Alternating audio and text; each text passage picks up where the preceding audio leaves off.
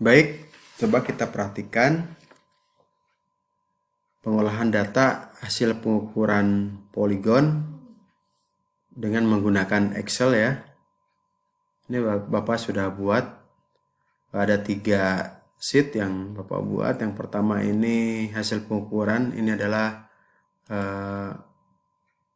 data-data hasil pengukuran lapangan ya, yang ditulis pada tally sheet atau belangko pengukuran poligon. Ya, seperti ini. Kemudian ini sheet yang ketiga ya. Oke, ini Bapak hapus dulu ya. Bapak hapus dulu. Ini juga hapus.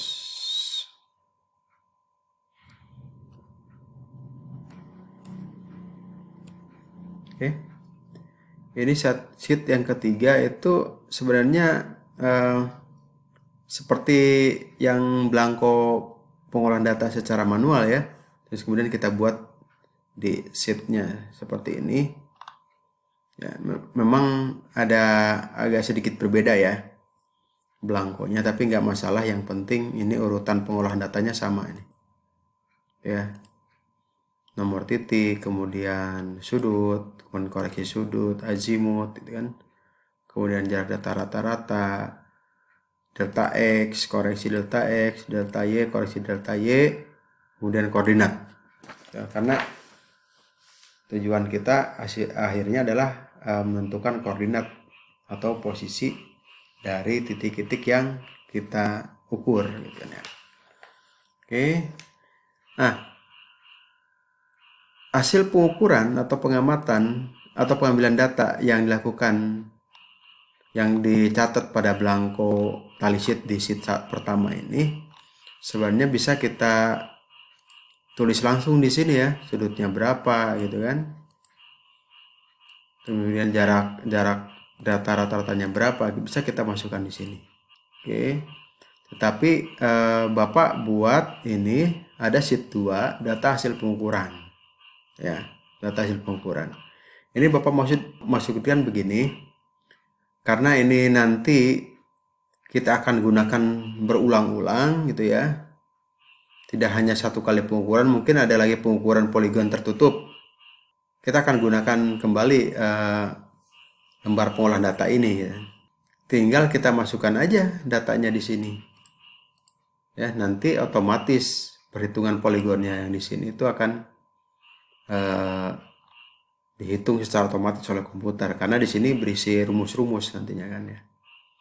Jadi kita tidak mengacak-acak di sini. Kita masukkan aja datanya di sini gitu ya. Misalkan kita dapat nih di lokasi A, kita masukkan di sini. Nanti di sininya ya otomatis saja dia menghitung. Kemudian nanti ada lagi ya di lokasi B, datanya kita masukkan di sini. Ya, ini nanti juga otomatis juga seperti itu. Tinggal nanti kan nama filenya di save as sesuai dengan lokasinya, misalkan seperti itu ya. Oke, ini nanti kalaupun barisnya perlu diperbanyak, ini tinggal diperbanyak aja gitu kan, sesuai dengan jumlah data yang diukur. Oke, ini Bapak hapus dulu.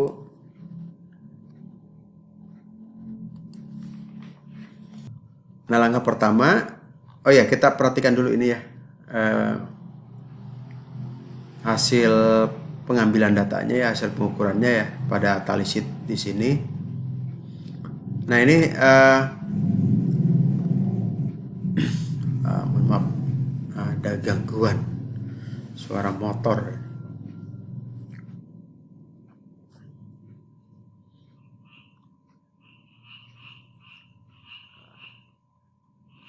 Nah, coba perhatikan belangko atau tally sheet ini ya.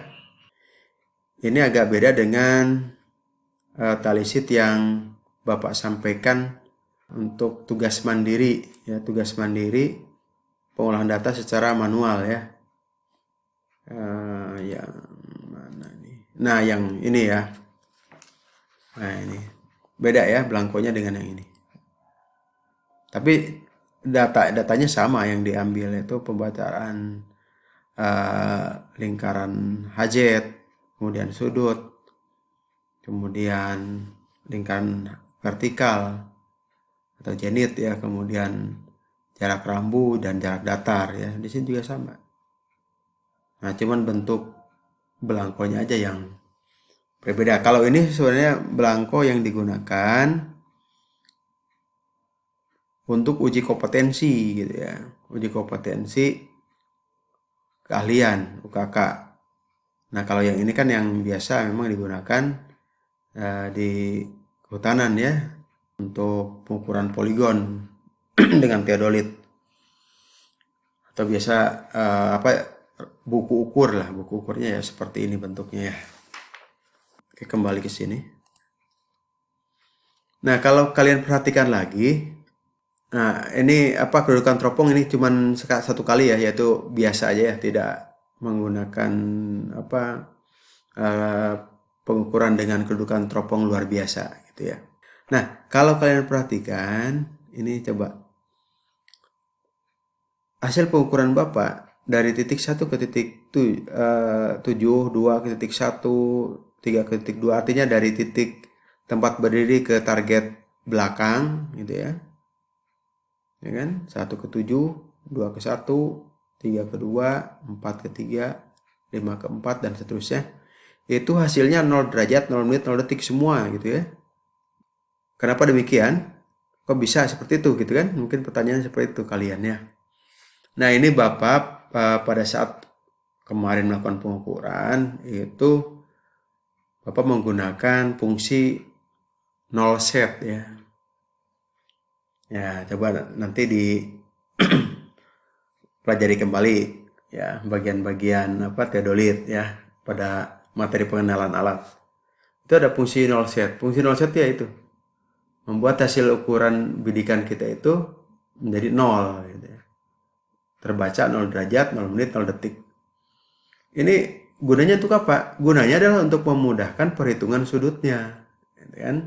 Besarnya sudut itu kan bacaan hajat muka dikurangi bacaan hajat belakang.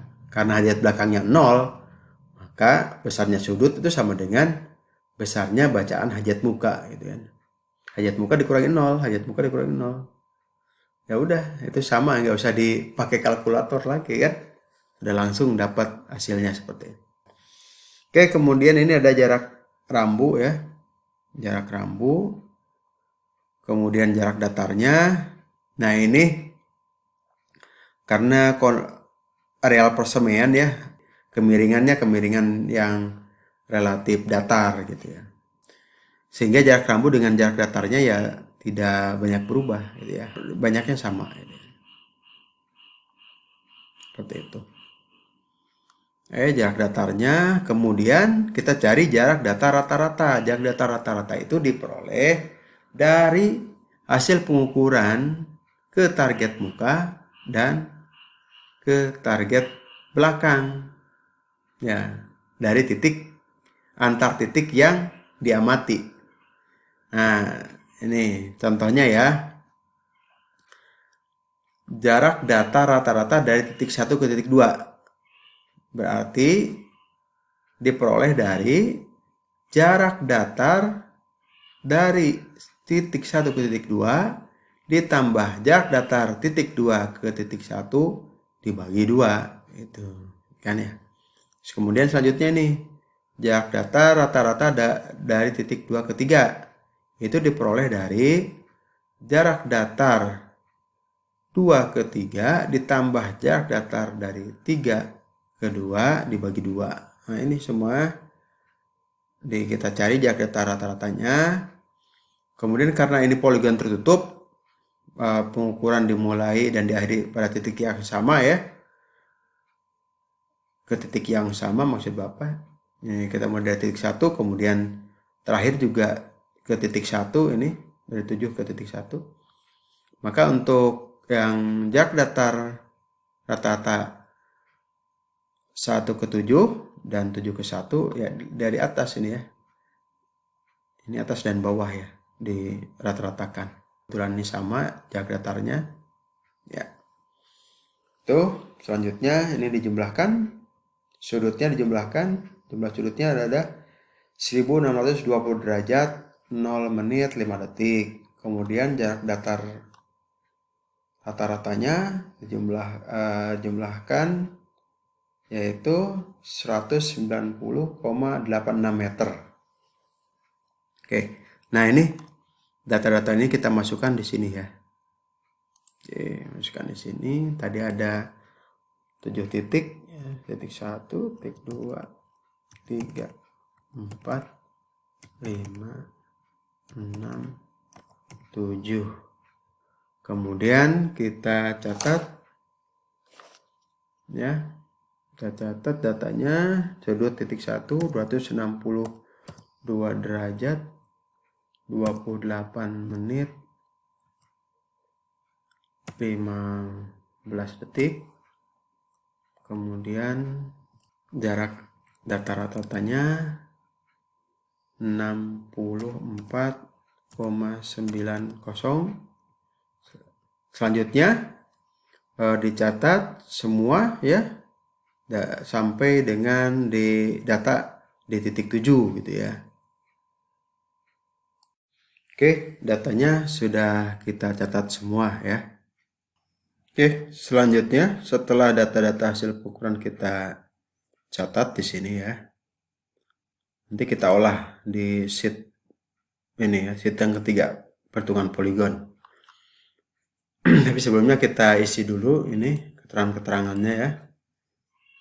Oke, yang pertama, pengolahan data hasil pengukuran poligon ini berdasarkan hasil ukuran apa? Nah, jadi yang kita gunakan adalah teodolit digital gitu kan, merek Topcon, digital Topcon dengan serial number 161332 ya. Nah, ini kenapa serial numbernya kita tulis? Apa sih fungsinya? Kira-kira apa ya? Ada yang bisa jawab nggak? Ya, jadi serial number ini kita perlu cantumkan agar kita tahu riwayat dari penggunaan alat ini. Apakah dia ini handal atau tidak ini alatnya, ya. Mungkin alat ini digunakan oleh beberapa tim, beberapa kali pengukuran, itu hasilnya relatif baik, ya. Tetapi ada alat yang berbeda, digunakan beberapa kali, atau mungkin dengan tim-tim yang berbeda juga, tetapi hasilnya relatif jelek, gitu, tidak kurang bagus, gitu ya. Kesalahannya relatif besar. Nah ini, jadi kita tahu, oh ini alat yang satu ini kenapa ini, gitu ya? Kok hasilnya kurang bagus? Padahal kalau tim tersebut pakai alat yang satunya bagus itu hasil pengukuran. Nah ini kita jadi tahu mungkin alat yang kurang bagus tersebut dia ada rusak mungkin ya, atau mungkin sudah lama tidak dikalibrasi seperti itu ya.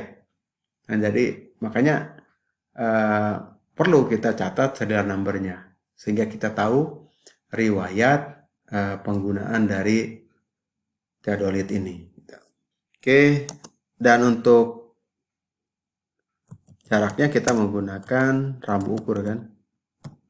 Ya, untuk sudut kita menggunakan teodolit, untuk jaraknya kita menggunakan rambu ukur. Ya.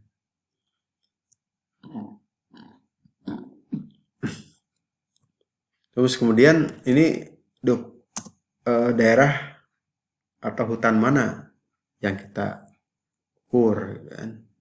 Lokasi, daerah maupun hutan. Hutan ini bisa misalkan di hutan diklat Sawala blok berapa gitu ya, atau mungkin kita mengukur batas kawasan hutan ya, di situ kita tulis misalkan kawasan hutan lindung apa gitu namanya gitu ya. Nah ini karena waktu itu Bapak mengukur areal persemaian, maka Bapak tulis areal persemaian ya. areal persemaian SMK Kehutanan Negeri Kadipaten. Diukurnya oleh siapa? Bukan oleh saya ya. Tanggal berapa? Tanggal 9 Juni 2020. Dihitung oleh siapa? Sama dihitung oleh Sudianto juga. Nah, kemudian ini ada koordinat dan pusat koordinat. Nah, koordinatnya kita kan pada poligon ini perlu koordinat awal gitu ya. Nah, kebetulan ini poligon tertutup ya. Karena kita dimulai dari titik 1 kemudian kembali ke titik 1 pengukurannya ya. Jadi poligon tertutup sehingga yang ada hanya koordinat awal, tidak ada koordinat akhir. Kita ambil datanya, koordinatnya itu menggunakan koordinat UTM. Maka di sini ditulis koordinatnya apa? Koordinatnya adalah koordinat UTM. Zonanya berapa? Zonanya 49S. Daerah Kadipaten kebetulan masuk di zona 49S. Zona 49 di belahan bumi bagian selatan. Kemudian pusat koordinatnya. Nah, pusat koordinatnya itu untuk istingnya itu ya 500.000 meter timur gitu kan. Terus untuk northingnya 10 juta meter. Nah, ini mungkin saya tidak tahu apakah di kelas 10 ini sudah disampaikan atau belum gitu kan ya. Jadi untuk UTM ini pusat koordinatnya itu ada, untuk X-nya itu adalah nilai meridian tengah di setiap zona. Itu diberi nilai sebesar 500.000. Jadi meridian tengah di setiap zona itu diberi nilai 500.000 meter. Nanti dia akan membesar ke arah timur, gitu ya, dan akan berkurang ke arah barat, gitu kan, atau membesar ke kanan, berkurang ke kiri, ya seperti koordinat XY kartesian kan, sumbu kartesian itu ya, seperti itu. Kemudian untuk Y-nya itu adalah nilai dari ekuator ya, nilai dari garis ekuator. Garis ekuator itu untuk belahan bumi bagian selatan diberi nilai 10 juta meter ya. Tetapi untuk belahan bumi utara itu diberi nilai 0. Nah, karena kita ada di bagian selatan ya, maka untuk ekuatornya, untuk Y-nya itu adalah 10 juta, ya, 10 juta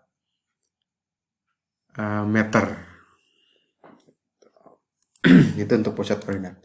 Kemudian azimut awalnya tadi adalah 77 derajat, 10 menit, 50 detik ya. Tidak ada azimut akhir karena ini poligon tertutup.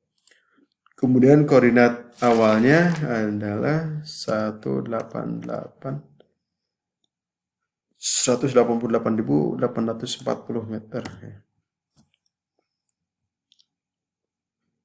Y-nya 9.251.480. Oke, mungkin ini bisa langsung kita copy aja ke X yang di sini. Y-nya juga sama.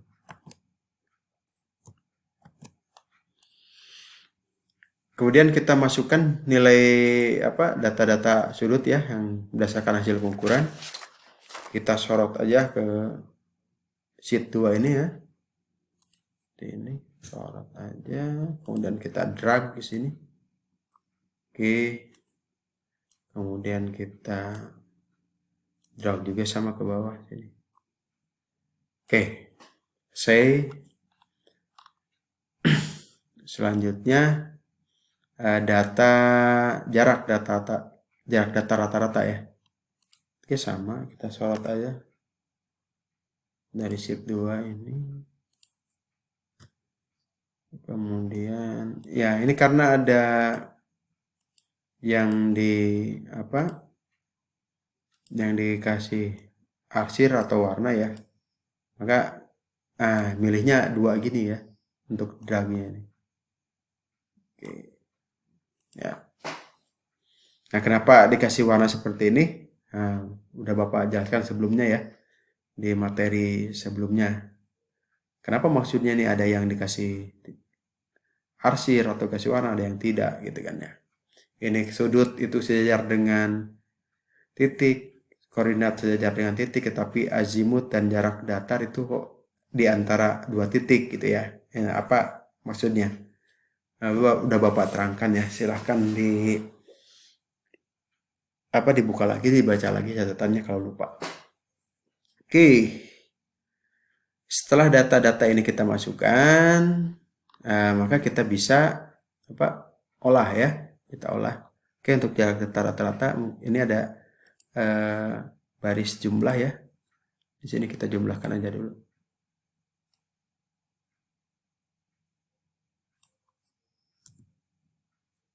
Oke. Nah, untuk sudut azimut di Excel ini kan kita tidak bisa seperti ini ya, mengolah melakukan operasionalnya. Terpisah antara derajat, menit, dan detiknya seperti itu ya. Nah, kita harus rubah dulu ke dalam bentuk desimal degree gitu ya. Oh, ini simbol.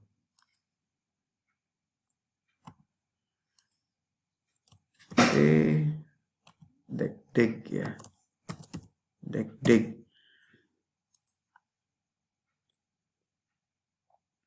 Desimal degree. Ini juga sama, koreksi juga ya. Kasih di sini desimal degree ya.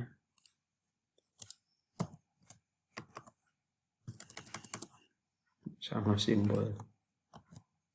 Ya. Kemudian azimut juga sama. Azimut juga di awalnya kita buat desimal degree.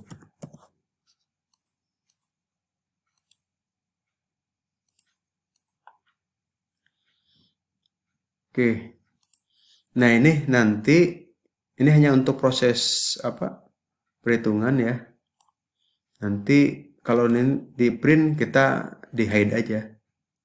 Nah, kita buat warna merah lah ini.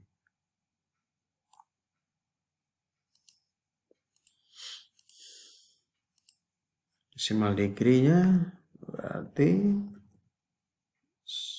derajat ditambah menit dibagi 60 ditambah detik dibagi 3600. Oke. Kemudian kita drag. Kita copy paste ke bawah ya. Nah, selanjutnya kita jumlahkan.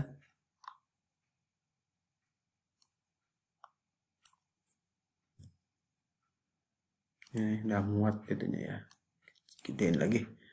Nah, ini. Oh, mungkin masih ada nolnya ini, nol berapa gitu. Ya. Nah, ini adalah jumlah sudut hasil pengukuran dalam bentuk desimal degree. Kemudian kita untuk nanti di-printkan harus dalam bentuk DMS ya, derajat menit second atau derajat menit detik. Jadi kita rubah lagi. Caranya dengan di sheet di sel untuk derajat ini kita gunakan fungsi int. Fungsi int dari ini ya.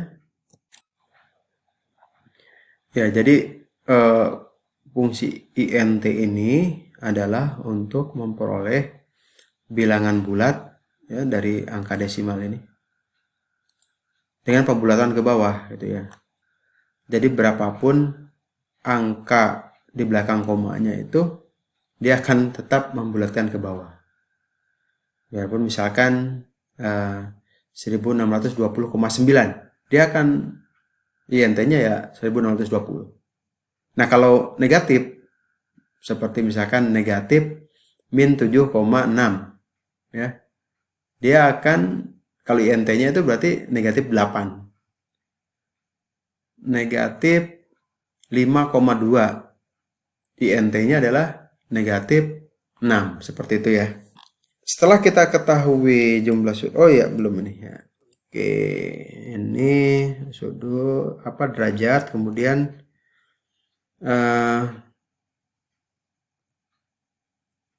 menitnya ya. Menitnya itu berarti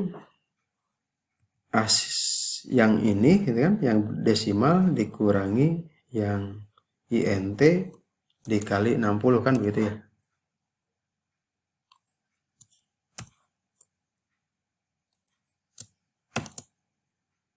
Oke, tapi ini kan masih ada koma ya, 0,08 menit gitu kan.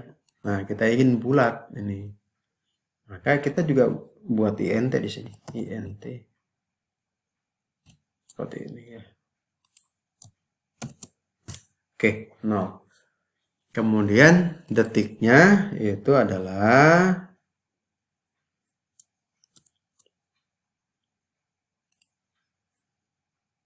ya, yang ini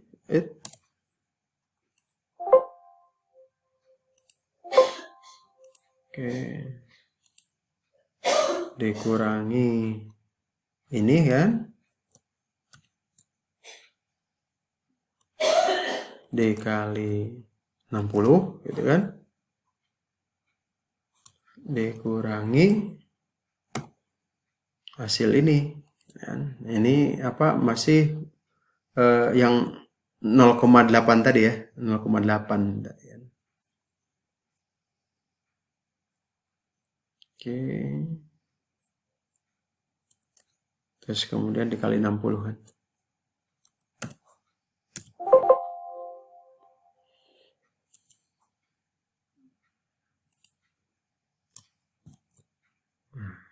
Seperti ini ya, hasilnya adalah jumlahnya adalah 1620 derajat 0 menit 5 detik, sama dengan ini ya.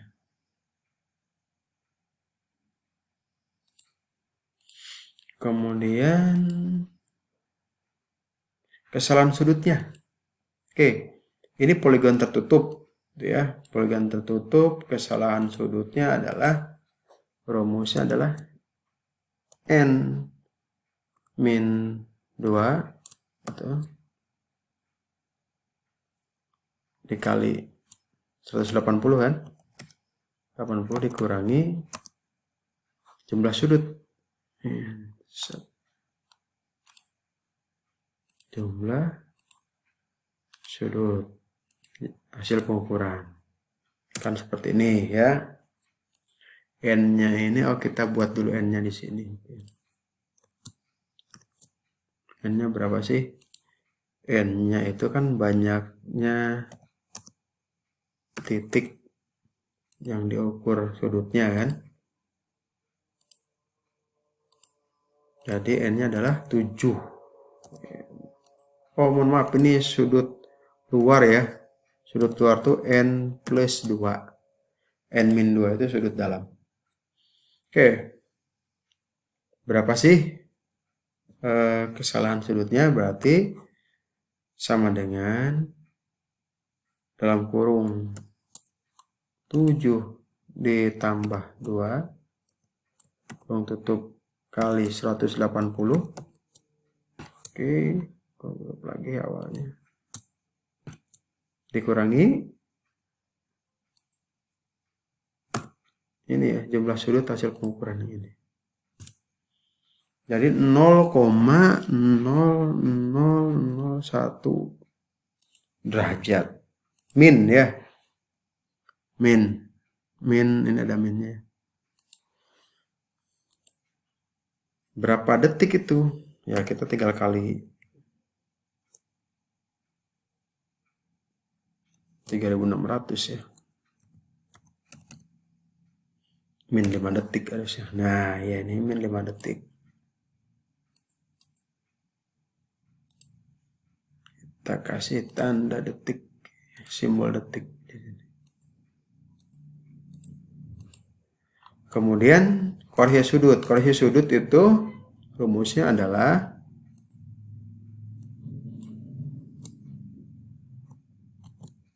ya, rumusnya adalah kesalahan sudut dibagi n kan gitu ya. Maka koreksi sudut adalah min 5 detik dibagi 7. Nah, ini 0,7 berapa nih? Mungkin ada di belakangnya ada. Ya, sekian. Karena ini dengan Excel ya. Jadi bisa langsung dibagi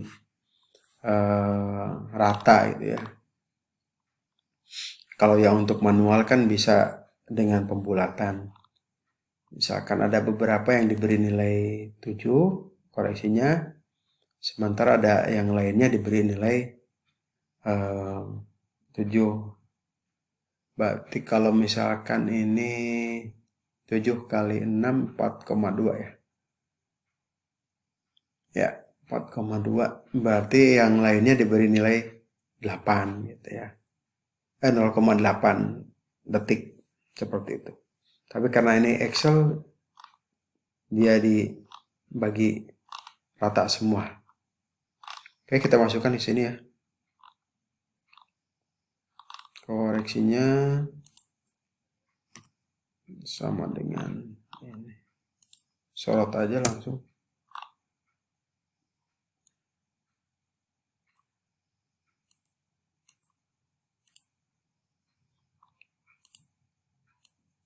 Nah, ini nanti kita copy ke sini. Nah, ini kenapa enggak ini? Karena dia menyorot ke bawahnya sini ya. Ini B40 kok ini ke B42 kan. Nah, salah ya. Jadi kalau seperti itu kita kasih tanda ini di sininya, kasih tanda absolut ya. Ya, kita manual aja dengan menggunakan tanda dolar ya. Diapit dolar. Nah, seperti itu. Ini biasanya ada kalau laptop Bapak sebelumnya itu pakai F4 gitu. Tapi ini Bapak belum tahu nih. Oke, ini tinggal di drag atau di copy aja. Ya, ada sama kan? Seperti itu. 0, oh mohon maaf ini yang hitam. Baru sebelahnya yang decimal degree yang pakai merah ya.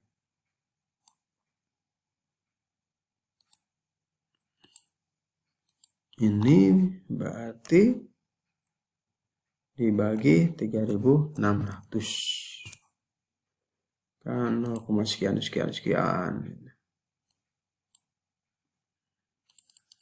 Oh gitu kan, kalau di copy paste atau di drag sama semua. Oke, selanjutnya kita menghitung azimut. Untuk azimut 1, 2 itu kan azimut awal. 1, 2 itu azimut awal, maka kita masukkan saja ya. Oh ini mohon maaf ini salah.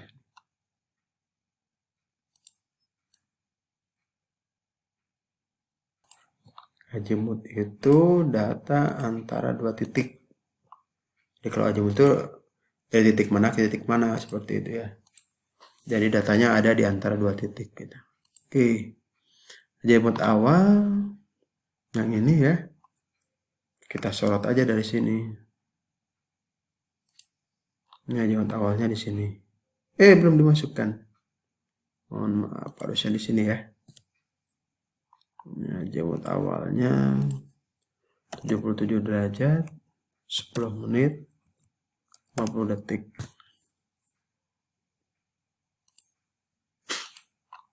Nih. Kemudian azimut selanjutnya adalah azimut sebelumnya ditambah dengan sudut, ditambah dengan koreksi, dikurangi 180 derajat. Oke, seperti itu. Nah, kita lihat dulu ya. Terus, nah ini kebetulan nggak ada yang ini ya, lebih dari 360 nih.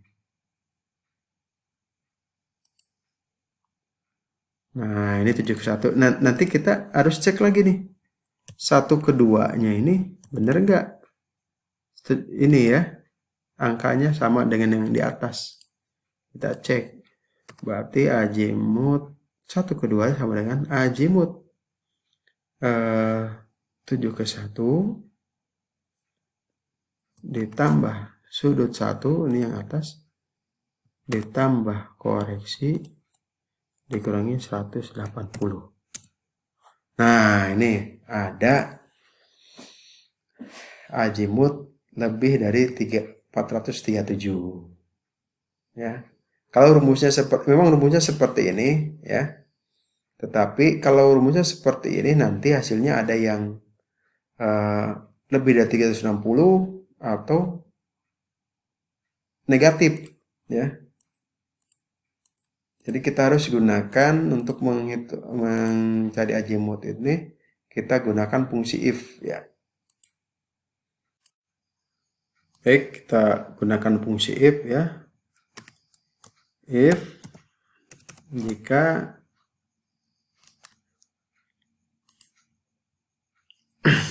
azimut sebelumnya ditambah dengan sudut ditambah dengan koreksi dikurangi 180 derajat, hasilnya lebih dari 360, maka nah pemisahnya ini, maka ini kalau di laptop Bapak kebetulan dia pakai tandanya tanda titik koma ya. Harus dilihat nih tandanya apa nih yang dipakai di sini. Karena ada beberapa, mungkin di komputer lain atau di laptop lain dia menggunakan tanda koma. Kebetulan Bapak ini titik koma di sini. Maka azimut sebelumnya ditambah sudut, atau di copy dari sini juga boleh ya. Tambah sudut ditambah koreksi kurangi 180 derajat ditambah 360. Kemudian jika ini kita copy aja. Jika azimut sebelumnya ditambah dengan sudut ditambah koreksi dikurangi 180, hasilnya kurang dari 0 atau negatif. Mohon maaf nih, jika lebih dari 360 maka ini dikurang ya. Mohon maaf. Ini kurang. Oke. Yang ini dikurang nih. Jika lebih dari 360 ini kan, maka harus dikurang 360 di sini. Terus kemudian yang kedua, jika azimut sebelumnya ditambah sudut ditambah koreksi dikurangi 180 derajat, hasilnya kurang dari 0 atau negatif, maka atau titik koma ini kita copy aja.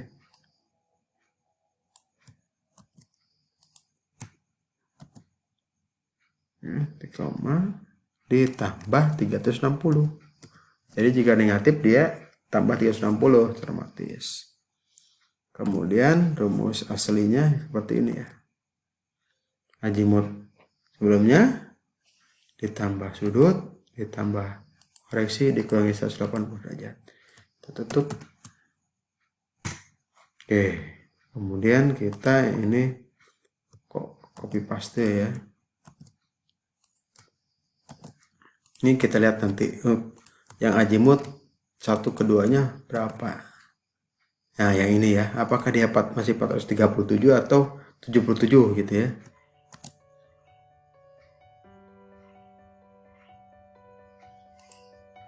Oh, maaf ini ke sini ya. Soalnya ini kita rubah di sininya aja. Ini berarti kan ke sini nih. Ya. Nah, ke sini ini berapa ini? E11 ya. Ini E11. Kemudian ini juga sama 11.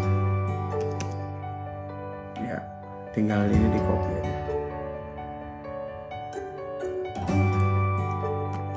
Ini copy sampai sini.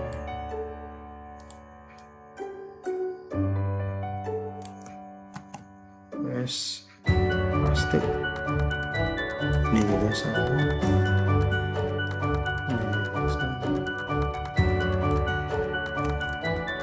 Ini juga sama. Oke, ini udah sama belum antara atas dengan bawah? Kalau sama berarti hasil perhitungan kita sampai menghitung azimut ini benar ya. Karena azimut kembali ke azimut 1-2 nya itu sama dengan azimut awal ya. Oke. Kemudian kita kembalikan nilai desimal derajat ini ke dalam satuan derajat menit detik ya. Kita dia pakai INT seperti yang di sini nih. Nah, seperti yang di sini ya.